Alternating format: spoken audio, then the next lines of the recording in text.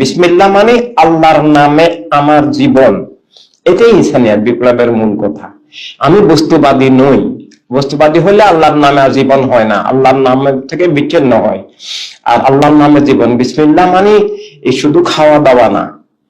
বিসমিল্লাহ শুধু গরু ছাগলের জন্য, কোরবানির জন্য আসে নাই, প্রথমে আসছে নিজের জীবনের জন্য। আমার জীবন ইন্না সালাতি ওয়া নুসুকি ওয়া মাহইয়ায়া ওয়া মামাতি লিল্লাহি রাব্বিল আলামিন ইন্না লিল্লাহি ওয়া ইন্না ইলাইহি রাজিউন। মানে জীবনের সত্যটার শুরুই হচ্ছে বিসমিল্লাহ দিয়ে। এর আগে শুরু হয় আউযুবিল্লাহ দিয়ে, যে আমি সব বাতাল থেকে মুক্ত হয়ে গেলাম। মিনাশ শাইতানির রাজিম, শয়তানের রাজিম মানে কি? শয়তান মানে কি? মিনাল জিন্নাতি ওয়ান নাস। এভাবে আমি এই যে জিন্নাতি ওয়ান নাসের ধারাটা কি? তিনটা ধারা। ওয়াবি মওদুদি সালাফি ইসলামের নামে শয়তান, মুস্তাবাদ নাস্তিকতা এগুলা সরাসরি মুস্তাবাদী শয়তান। আর বিভিন্ন ধর্মের নামে, এগুলা ধর্মের নামে অধর্মগ্রহবাদী মিথ্যা ধর্মের শয়তান। এই তিন শয়তানে তো পৃথিবীতে তাদের শয়তানি চালু রেখেছে, কায়েম রেখেছে, এবং তাদের শয়তানি চালু রাখার মূল শক্তি হলো এক গোষ্ঠীর রাজনীতি, এক গোষ্ঠীর রাষ্ট্র। তো এভাবে মিথ্যা থেকে মুক্ত হলাম, আমি জুলুম থেকে মুক্ত হলাম, এবং আমার জীবন স্রষ্টার নামে। বিসমিল্লাহর আসল অর্থ এটা। আরো অনেক অর্থ আছে বিসমিল্লাহ। আমি আল্লাহ নামে আমার জীবন, এটা বিসমিল্লাহর শুরু। আল্লাহর জন্য জীবন, সেটা হচ্ছে বিসমিল্লাহর পরবর্তী অধ্যায়।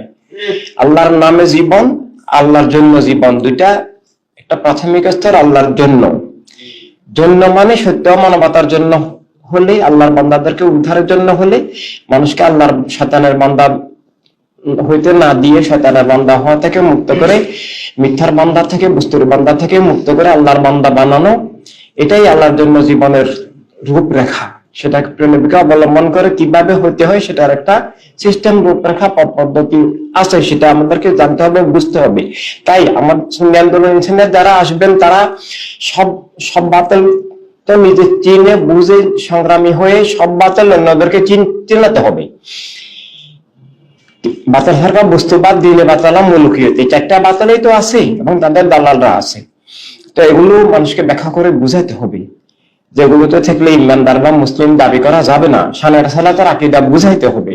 নবী আল্লাহর জাতে পাকের নূর, আল্লাহ সরাসরি নূর, নবীর মধ্যে আল্লাহ, এই ইমানি আকীদা বুঝাইতে হবে। আহলে রাসূল ঈমান, আহলে রাসূলের দুশমন কাফের, এটা বুঝাতে হবে। খেলাফত হক, মুলুকিয়ত বাতিল, এটা বুঝাতে হবে। ইসলাম ভাই বোন সবাইকে নিয়ে পূর্ণাঙ্গ, এটা বুঝাতে হবে। এভাবে ইমানের দায়িত্ব সবার, এটা বুঝাতে হবে। জীবনের আসল দায়িত্ব হক কায়েম, বাতিল উৎখাত, এটা বুঝাতে হবে। মুলুকিয়তের সমর্থন করলে, কোনো বাতিলের সমর্থন করলে সে আর ইমানদার থাকে না। এভাবে খেলাফত কলেমার স্ট্রাকচার, মুলুকিয়ত কলেমার বিপরীত স্ট্রাকচার, এটা বুঝাতে হবে। অরাজনৈতিক হলেও কাফের হবে, বাতিলের রাজনীতি করলেও ডাবল কাফের হবে। তাই ইমানদার হিসাবে ইমানি রাজনীতির নাম, মুসলমানের জন্য ইমানি রাজনীতি হচ্ছে ইনসানিয়াত বিপ্লব, খেলাফতে ইনসানিয়াত, মানবতা রাজনীতি, এটা শব্দ। এটা মুসলমানের জন্য ইমানি রাজনীতি, নিছক মানবতা রাজনীতি না।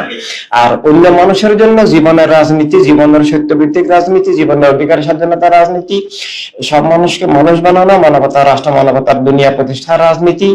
যেটা না হলে মিথ্যা জুলুমের রাজনীতি কায়েম থাকবে। মানবতা রাজনীতির বিপরীতে সবটাই মিথ্যা জুলুম, শোষণ, পাশাপাতা, অত্যাচার, মিথ্যা কুফর জুলুম কায়েম থাকার রাজনীতি, মিথ্যা জুলুম কায়েম থাকার রাজনীতি। যেটা সমর্থন করলে সে ইমানদারও থাকে না, মানুষও থাকে না, আল্লাহর বান্দা দাবি করার কোনো ভিত্তিই থাকে না। এটা সব মানুষকে বুঝাইতে হবে।